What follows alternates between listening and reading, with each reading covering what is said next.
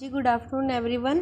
हम last time supply curve के बारे में पढ़ रहे थे, वो हमारा टॉपिक हो गया था कंप्लीट। इसके बाद हम करते हैं एप्लीकेशन ऑफ परफेक्ट कंपटीशन। क्या कर रहे हैं हम? Application of perfect competition. तो इसके अंदर हम पढ़ते हैं कि परफेक्ट कंपटीशन कहाँ कहाँ पे अप्लाई होता है।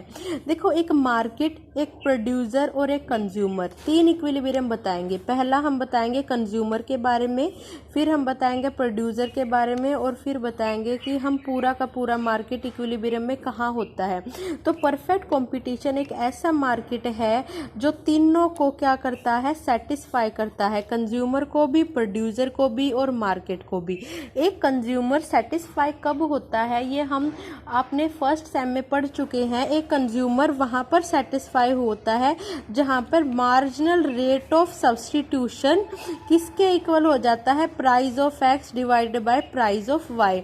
मार्जिनल रेट ऑफ सब्स्टिट्यूशन का मतलब क्या हुआ कि मान लो आप दो प्रोडक्ट्स को कंज्यूम कर रहे हो, तो अगर आपको एक प्रोडक्ट इंक्रीज करना है, एक प्रोडक्ट की क्वांटिटी इंक्रीज करनी है, तो दूसरे की क्वांटिटी डिक्रीज करनी ही करनी पड़ेगी। और आप ये इंटरचेंज जब तक करोगे जब तक ये मार्जिन रेट ऑफ सब्स्टिट्यूशन उसके प्राइस ऑफ एक्स और प्राइस ऑफ वाई के इक्वल नहीं हो जाता।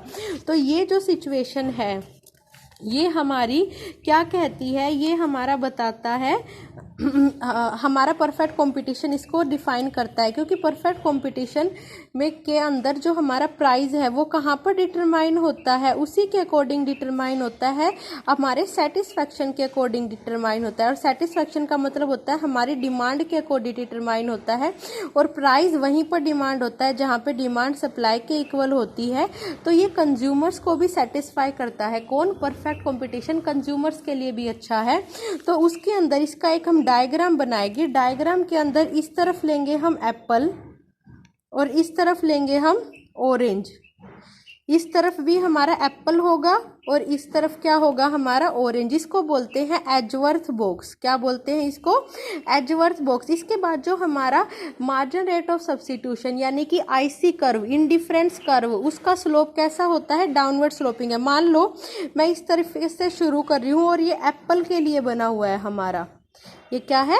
एप्पल के लिए हमारा इंडिफरेंस कर्व बने हुए हैं। और अगर मैं इस तरफ से शुरू करूं तो ये क्या बने हुए हैं? हमारे इस तरफ से ऑरेंज के लिए बने हुए हैं।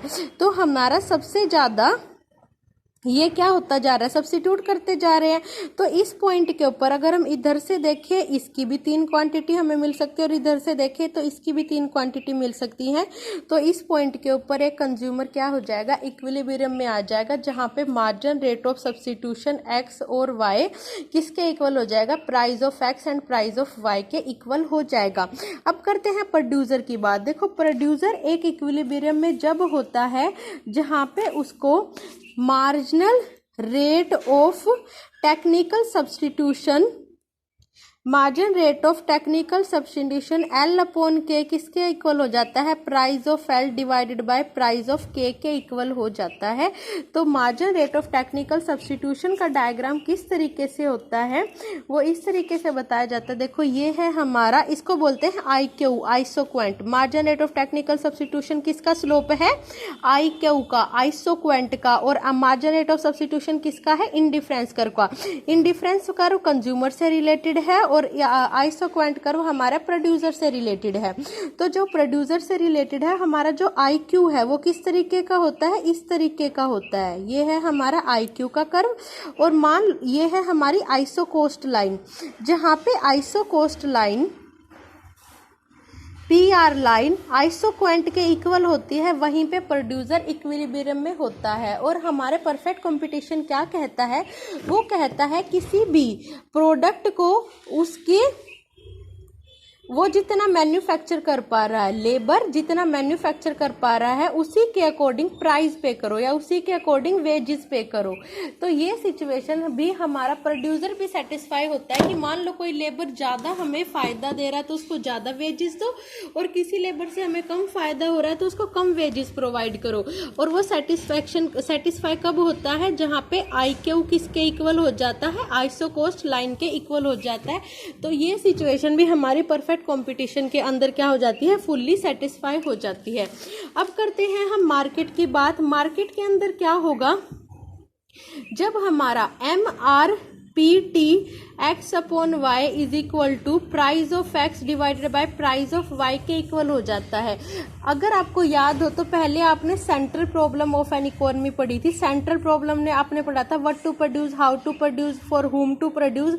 उसके अंदर आपने एक कर्व पढ़ा था पीपीसी कर्व। वो पीपीसी कर्व का जो स्लोप होता है वो होता है MRPT XY कि आप एक गुड के प्रोडक्शन को अगर इंक्रीज करना चाहते हो तो दूसरे गुड के प्रोडक्शन को आपको कम करना ही करना पड़ेगा, क्योंकि आपके रिसोर्सेज क्या है, कांस्टेंट है। ये चीजें आप ऑलरेडी लास्ट सेम में पढ़ चुके हो, सिर्फ यहाँ पर आपको डिफाइन करके बतानी है थोड़ी थोड़ी तीनों की तीनों। तो यहाँ पर ये जहाँ पर ये तीनों चीजें सेटिस्फाई हो जाती है वहां पर सिचुएशन परफेक्ट होती है। और ये सिचुएशन हमारी परफेक्ट कंपटीशन के अंदर फुल्ली सेटिस्फाई होती है, जहां पर कंज्यूमर भी सेटिस्फाई है, प्रोड्यूसर भी और इकोनॉमी भी सेटिस्फाई है। कंज्यूमर कहाँ सेटिस्फाई है, जहां पे आइसो इंडिफरेंस कर्व किसके इक्वल है, price of X and price of Y के। और प्रोड्यूसर कहाँ पे सेटिस्फाई है, जहां पे आइसोक्वेंट कर्व किसके इक्वल है, आइसो कोस्ट लाइन के इक्वल है। और तीसरा क्या है, जो हमारा मार्केट है वो कहाँ पर सेटिस्फाई होगा, जहाँ में MRPT XY किसके इक्वल होगा, price of X and price of Y के इक्वल होगा। और ये तीनों सिचुएशन कहाँ पर सेटिस्फाई हो जाती है, हमारी परफेक्ट कंपटीशन के अंदर फुल्ली सेटिस्फाई हो जाती हैं। तो ये हमारा परफेक्ट कंपटीशन की प्रैक्टिकल एप्लीकेशन हो गई है हमारी ख़त्म। इसके बाद एक छोटा सा टॉपिक रहता है कि एक जो हमारा गवर्नमेंट है वो क्या करती है, प्राइस फिक्स करती है। आपको पता होगा, अब तो प्राइस फिक्सिंग के ऊपर बहुत ज़्यादा झगड़े भी चल रहे हैं। मिनिमम सपोर्ट प्राइस कौन सेट करती है, गवर्नमेंट, जो किसके लिए होता है, एग्रीकल्चर प्रोडक्ट के लिए होता है। इसके अंदर हम एक बात पढ़ेंगे सीलिंग प्राइस के बारे में। सीलिंग प्राइस का मतलब होता है वो प्राइस जो हमारी गवर्नमेंट क्या कर देती है, फिक्स कर देती है कि कोई भी प्रोड्यूसर इससे ज़्यादा प्राइस नहीं ले सकता, कोई भी प्रोड्यूसर इससे ज़्यादा प्राइस नहीं ले सकता। उसका रीज़न ये होता है कि मान लो अगर फार्मर्स ने अपने प्राइस बहुत ज़्यादा हाई कर दिए हैं और कंज्यूमर को उसकी वजह से लॉस हो रहा है। अगर कंज्यूमर को लॉस हो रहा है तो गवर्नमेंट ना इंटरफेयर करती है और एक प्राइस फिक्स कर देती है कि इससे ज़्यादा प्राइस चार्ज नहीं कर सकते, वो होता है सीलिंग प्राइस। अब सीलिंग प्राइस का डायग्राम किस तरीके से बनाएंगे वो देख लीजिए। ये है हमारा, इस तरफ प्राइस इस तरफ क्वांटिटी। हमारे परफेक्ट कंपटीशन के अंदर क्या होता है भाई, जहाँ पे डिमांड सप्लाई के इक्वल होती है वहीं पे हमारा प्राइस सेट कर दिया जाता है। ये हमारा प्राइस और ये हमारी क्वांटिटी। लेकिन अब मान लो गवर्नमेंट को लग रहा है कि प्राइस बहुत ज़्यादा हाई है, कंज्यूमर के लिए ठीक नहीं है ये प्राइस, तो गवर्नमेंट क्या करती है, एक सीलिंग प्राइस सेट कर देती है। सीलिंग प्राइस मतलब मिनिमम प्राइस सेट कर देती है कि इससे ज़्यादा प्राइस नहीं बढ़ा सकते। मान लो गवर्नमेंट ने क्या कर दिया, इतने प्राइस सेट कर दिए, गवर्नमेंट ने क्या कर दिया, इतने प्राइस सेट कर दिए। तो प्राइस इतने सेट करने की वजह से देखो, ये हमारा सप्लाई कर्व है और ये हमारा डिमांड कर्व है। सप्लाई तो हो गई बच्चे कम और डिमांड हो गई हमारी ज़्यादा।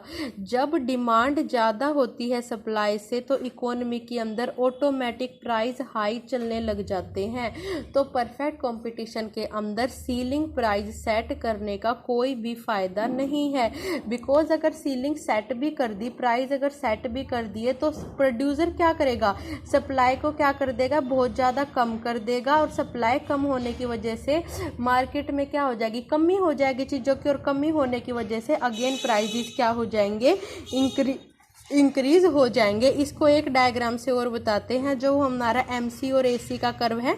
देखो ये हमारा AR का और MR का कर्व, ये है हमारा AC का कर्व, और ये हो गया हमारा MC का कर्व। ये हमारा ओरिजिनल प्राइस ओरिजिनल क्वांटिटी हो गई।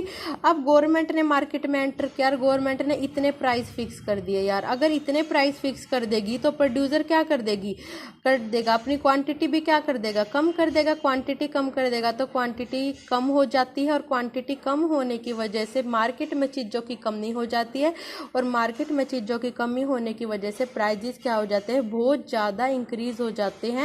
तो परफेक्ट कंपटीशन के अंदर सीलिंग प्राइस सेट करने का कोई फ़ायदा नहीं है। मैं आपको एक लाइन दिखाती हूँ, आपके चैप्टर का लास्ट लाइन है। देखो ये लिखा हुआ, fixation of price by the government at the rate less than the equilibrium price will be against the interest of the consumer, because supply क्या हो गई है, कम हो गई है, तो कंज्यूमर के इंटरेस्ट के खिलाफ चली गई है चीज़ें। द लेटर विल बी पे मोर प्राइस फॉर लेस सप्लाई, उसकी वजह से क्या होगा, क्वांटिटी कम होने की वजह से प्राइजेस ऑटोमेटिक इंक्रीज हो जाएंगे, तो सीलिंग प्राइस का कोई फ़ायदा नहीं है। इसी के साथ ये चैप्टर हमारा कंप्लीट होता है। So thank you.